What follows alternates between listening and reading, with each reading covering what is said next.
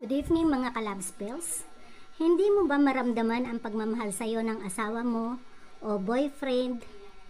Kulang ba ang atensyon na binibigay niya sa'yo? Pwes, sa spell na to, ituturing kang reyna ng mahal mo, mamahalin ka niya ng labis at magiging sunod-sunuran siya sa'yo. So, ano ang mga kailangan natin? Kailangan natin ng malinis na papel,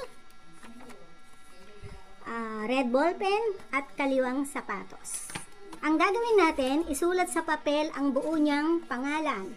Name, surname, buong pangalan ng mahal mo o ng target mo.